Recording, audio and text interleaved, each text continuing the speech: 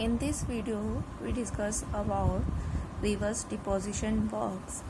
As we know that reverse performing its deposition works in plains and low-lying areas also form alluvial fans, oxbow, natural levee and floodplains, dam and plain. And that first one is alluvial fans. The velocity of river water is reduced due to reduction in slope when it enters the plain. जैसा कि हम जानते हैं कि कोई भी अगर river flow हो रही है, अगर वो किसी माउंटेन एरिया से फ्लो होते हुए किसी प्लेन एरिया पे आती है, मतलब सरफेस एरिया पे, तो उसकी स्पीड जो होती है वो स्लो हो जाती है after living the mountains. Hence the rock material, this is known as alluvial fans, is deposited at the foothills. जैसे कि हम यहाँ पिक्चर में देख रहे हैं कि ये माउंटेन से जब फ्लो होके आ रही है रिवर, तो ये प्लेन एरिया पे जा रही है, तो इसकी स्पीड जो है वो स्लो हो गई. तो माउंटेन एरिया में इसकी स्पीड इंक्रीज थी. तो एक तरह से ये यहाँ पे एलुवियल फैन, मतलब जब ये इस तरह से ये शेप क्रिएट कर रही है तो एक फैन के रूप पे क्रिएट कर रही है. और यहाँ से हम देखें तो ये कोन शेप में कर रही है. सेकेंड है oxbow lake. In this when a river flows across its plain, the speed of the river water slows down. जैसे कि हमने एलुवियल फैंस के बारे में पढ़ा था, यहाँ पे भी जब वो प्लेन एरिया में आएगी तो उसकी स्पीड स्लो हो जाएगी. And the river does both the works of erosion as well as deposition. दोनों ही वर्क करेगी. इरोजन मतलब मिट्टी का बहाव करने साथ में, एंड दूसरा उसको डिपॉजिट करने का work. Even a small obstruction will force it to bend its path. मतलब कोई भी हम अगर देखेंगे कि रिवर फ्लो हो रही है, अगर उसमें कोई बीच में ऑब्स्ट्रक्शंस आते हैं तो वो क्या करेगी, अपना डायरेक्शन चेंज कर लेगी.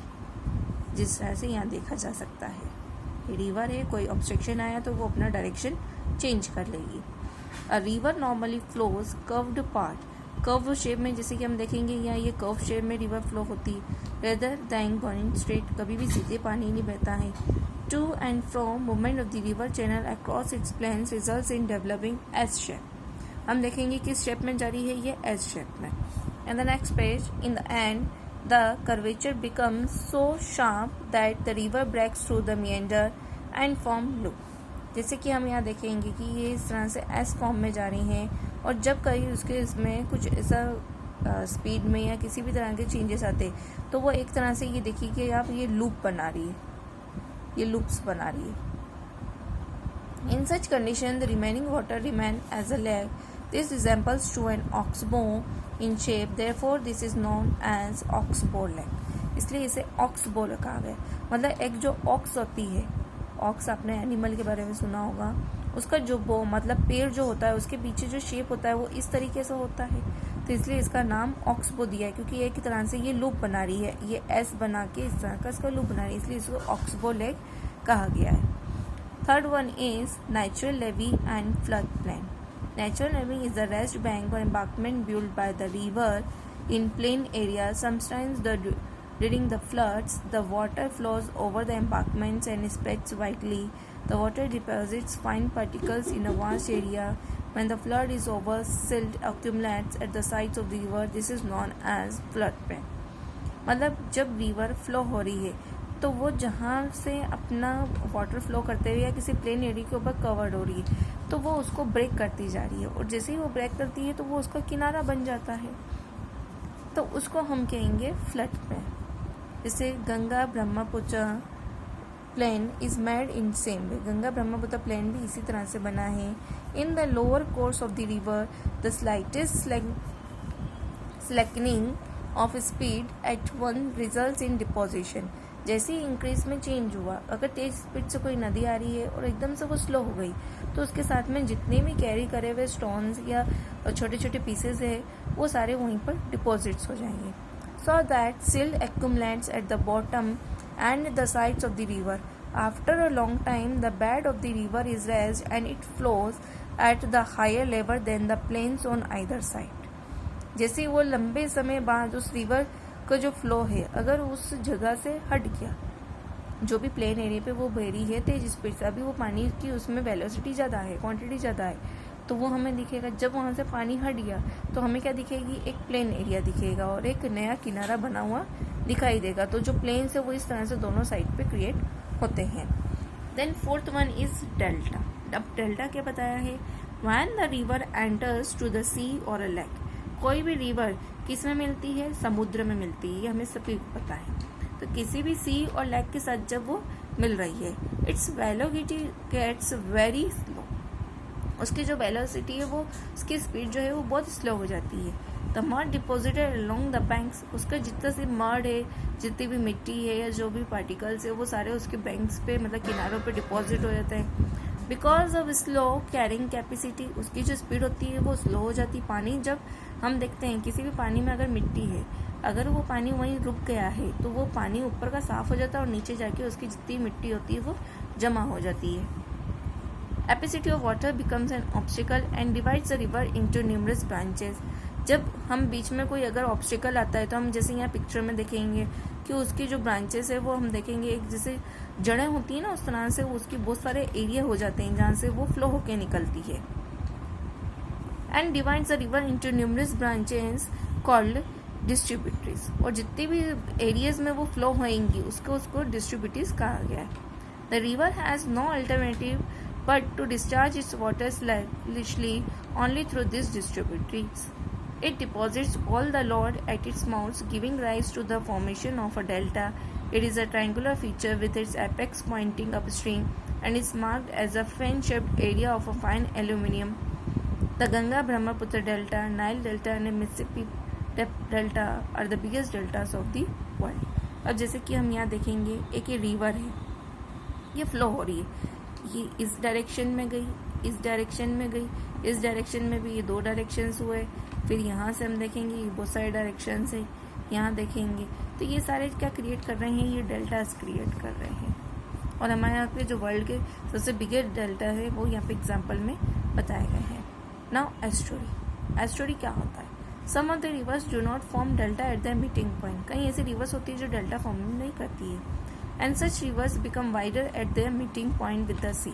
मतलब उनके कोई डेल्टास डिस्ट्रीब्यूटरीज नहीं है और वो डायरेक्ट अगर रिवर इसमें फ्लो हो रही है तो वो बहुत बड़ी नदी होगी क्योंकि वो कई हिस्सों में नहीं बटी होगी। And the sea wave sweeps away the water of the river into deep sea. Most of the places remain lower, और कई प्लेसेस जो हैं उसे लोअर भी बताया गया है। This are called estuaries. In India Narmada and Tapti form estuaries at their meeting points. ये दो रिवर ऐसी हैं जो एस्टुरी क्रिएट करती हैं। Now the next topic is function of glacier. अब ग्लेशियर क्या है और उसके क्या फंक्शंस है उसके बारे में हम इसमें स्टडी करेंगे।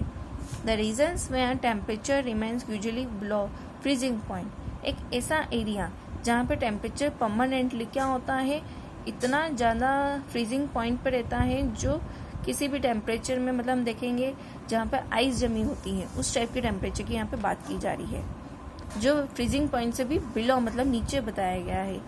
There precipitations come in the form of snow. Precipitation मतलब जो उसके वेपर्स भी है वो किस फॉर्म में गिर रहे हैं हमारे पास, स्नो फॉर्म में। जैसे रेनफॉल होती है वैसे स्नो मतलब बर्फबारी कहना जिसे, and this is called snowfall. Such regions are called snow clad area. ऐसे एरिया को हम स्नो क्लेड एरिया कहते हैं, मतलब जहाँ बर्फ परमानेंटली जमी रहती है। There are layers and layers of frozen snow. The altitude above which there is a permanent cover of snow and ice is called snow line. The snow line exists over a permanent dwelling of snow. The snow line height is not equal everywhere on the ground.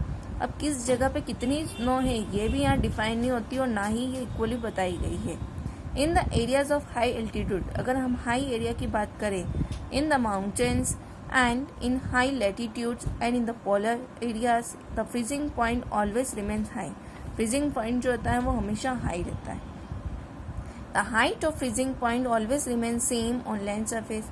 अगर हम land surface की बात करें तो वहाँ पे freezing point की height जो है या बर्फ़ जो जमी हुई वो सेम होती है, बट अगर माउंटेन की बात करें तो वहाँ वो सेम नहीं होती है। In Himalayas freezing point is found at the height of, freezing point मतलब जहाँ बर्फ़ जमी वो किस हाइट पे है, 4250 मीटर्स हाई ग्राउंड से। Rivers of moving ice is known as glacier. कई बार ऐसा होता है कि ये जो आइस है उसमें टेम्परेचर में जैसे ही फ्लक्चुएशन आता है तो वो क्या होती है, एक नदी की तरह बहने लगती है बर्फ़, एंड उस बर्फ़ को हम, जो बहती हुई बर्फ़ है उसको हम ग्लेशियर कहते हैं। टाइप्स ऑफ ग्लेशियर बताए हैं। A river of moving ice is called a glacier, ये तो इसका मीनिंग हुआ। On the basis of origin and situation glaciers can be divided into 2 groups. 2 groups में इसके ओरिजिन और इसके सिचुएशन के बेसिस पे बताए गए हैं। पहला है कॉन्टिनेंटल ग्लेशियर एंड दूसरा है वैली ग्लेशियर। कॉन्टिनेंटल ग्लेशियर की अगर हम बात करें तो continental glaciers are permanent sheet of ice and snow.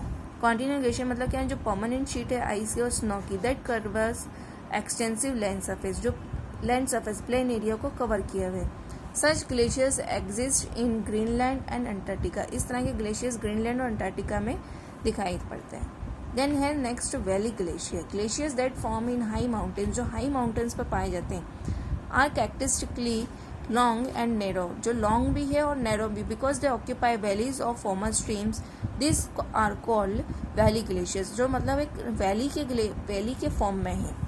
The biggest valley glacier of India is the Siachen Glacier in the Karakoram range, which is 72 kilometre long and its speed is very slow. उसकी speed भी बहुत slow है, 72 kilometre long है वो। अब कुछ landform जो हैं ग्लेशियर्स द्वारा बनाए जाते हैं। ग्लेशियर्स भी क्या है, एक तरह का रिवर ही है, पर वो कौन सा है, स्नो वाली रिवर है। Like surface flowing water and underground water, glacier also performs the work of weathering, transportation and deposition. जो रिवर वर्क करती है वही सारे वर्क ग्लेशियर भी ही करेगा। Erosion functions of a glacier. Glacier के कौन सा फंक्शन है, इरोजन, मतलब वो अपने साथ में जब वो बहाव कर रहा है तो उस बहाव में वो कुछ बहुत सारी चीज़ें बहाता हुआ भी ले जा रहा है अपने साथ।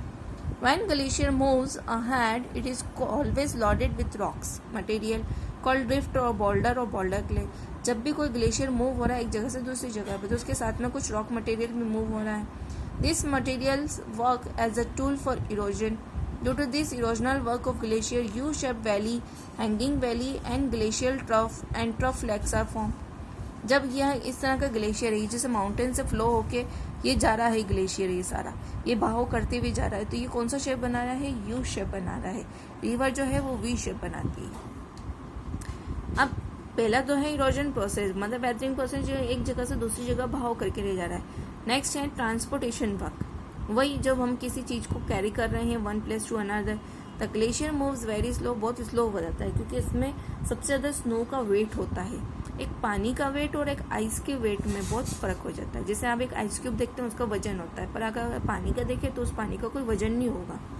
The glacial ice takes rock materials, pebbles, sand and soil and it is called load of glacier. जब ग्लेशियल फ्लो होता है तो उसके साथ में rock materials, pebbles, sand and soil सब होता है, इसलिए उसे लॉर्ड ऑफ ग्लेशियर कहा गया, उसका वजन है वो ग्लेशियर का। नेक्स्ट टॉपिक है depositional work. When the glacier melt, जब ये ग्लेशियर मेल्ट होता है मतलब स्नो मेल्ट हो जाती है, पिघल जाती है, it starts depositing its sediments in different parts of the valley. जहाँ जहाँ वैली फ्लो हो रही है तो इसके अंदर जितना भी कैरिंग मटेरियल है, सेडिमेंट्स है, वो वहीं पर डिपॉजिट होना स्टार्ट हो जाता है। The landform made by such deposition is known as moraine. जो भी लैंडफॉर्म मेड होता है इस डिपोजिशन प्रोसेस से उसे मोरेन्स कहा जाता है। Moraines are of the following types, moraines के भी कुछ टाइप्स बताए गए हैं। पहले तो मोरेन्स क्या है, when the glaciers melt the debris collect at the last end of glacier and a landform is made, that is called moraine. जब ये ग्लेशियर फ्लो हो रहा है, फ्लो होने के साथ में ही इसके अंदर जितने भी पार्टिकल्स के सैंड से वो अगर उसमें कैरी है तो वो वहीं डिपॉजिट हो जाते हैं और वो मोरेन बनाते हैं। It has sharp and round shape rocks, ये शार्प और राउंड शेप रॉक है इसमें। पहला है इसी का ही टाइप बताया जो है lateral moraine. Lateral moraine means material deposited on either side of the glacier, जो भी मटेरियल ग्लेशियर के दोनों साइड पे डिपॉजिट हो रहा है। जैसे कि हम ये देखेंगे माउंटेन से फ्लो होकर आ रहा है तो ये दोनों साइड पे जो डिपॉजिट है ये क्या कहलाएगा, लेटरल मोरेन। देन नेक्स्ट है मेडियल मोरेन। मेडियल मोरेन जो उसके सेंटर में, when two glaciers of different sides, जैसे एक ग्लेशियर यहाँ से फ्लो होकर आ रहा है, एक ग्लेशियर यहाँ से फ्लो होकर आ रहा है, different sides join their moraines also join near their confluence and the moraines formed at the meeting place are called medial moraines। जब ये इसके दोनों तरफ से मेट हो रहा है तो इसे medial moraines कहा गया है। Then next है terminal moraine। Material drop at the end of a valley glacier is form a rich. जब ये टर्मिनल मोरेन, जब मोरेन जो है वैली ग्लेशियर के इस पे ये एंड होके जहाँ पे मिल रहा है, इसका डिपॉजिट वर्क जा रहा है। Material drop at the end of a well, जहाँ पे ये एंड हो रही है वहाँ पे मटेरियल सारा ड्रॉप मतलब गिर रहा है। Is in the form of ridge, ridge form में जब वो बना रहा है is called terminal moraine. This could be seen only when the glacier melt and flow like water. और ये तब भी पॉसिबल होता है जब कोई भी रिवर या जो भी वैली है ग्लेशियर वाली, वो जब पूरी तरह से मेल्ट हो जाती, तभी ये प्रोसेस बताई गई है।